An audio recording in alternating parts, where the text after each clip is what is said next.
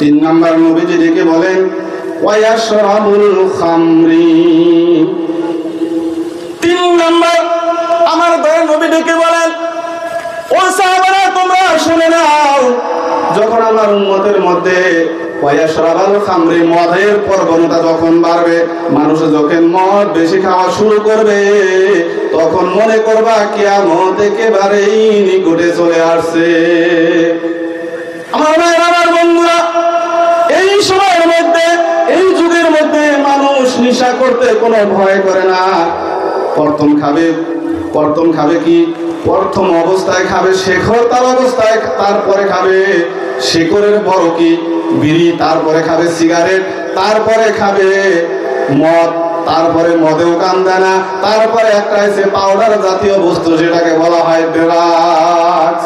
খানা না এখন আমাদের এলাকার মধ্যে বর্তমান ভরপুর আছে। আমার ভাই, আমার বন্ধুরা, যখন আমার উম্মতের মধ্যে মদের প্রবণতা বাড়বে, মানুষ যখন মদ্যপান বেশি করবে, আমার নবী ডাক দিয়ে বলেন ও সাহাবারা তোমরা শুনে নিও, কিয়ামত একেবারে নিকটবর্তী এসে গিয়েছে।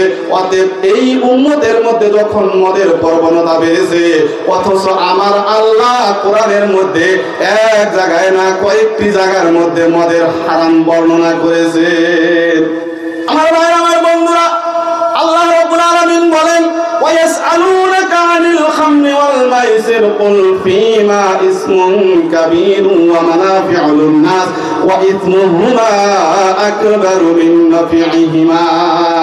আমার নবীকে আল্লাহ ডাক দিয়ে বলেন ও নবীজি তুমি শোনো, মানুষে তোমাকে ওয়ায়াসআলুনাকা আনিল খামরি, পৃথিবীর মানুষ তোমাকে মদ এবং জুয়া সম্পর্কে তোমাকে যখন প্রশ্ন করবে, হে নবী তুমি বলে দিও কুল ফীমা ইসমুন কাবীর, হে নবী তুমি পৃথিবীর মানুষকে বলে দিও এই দুইটা হয়েছে পাপের কাজ, এই দুইটা হয়েছে পাপের কাজ, এই দুইটা হয়েছে ঘৃণনীয় কাজ।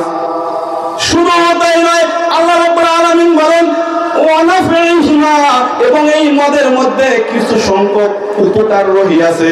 আপনারা আবার বলবেন মদের মধ্যে কেমন উপকার রইল? মদের মধ্যে শুধুমাত্রই তো খারাপ, শুধুমাত্রই তো খারাপ। আপনারা বলবেন যে মদের মধ্যে আবার কি উপকার রয়েছে?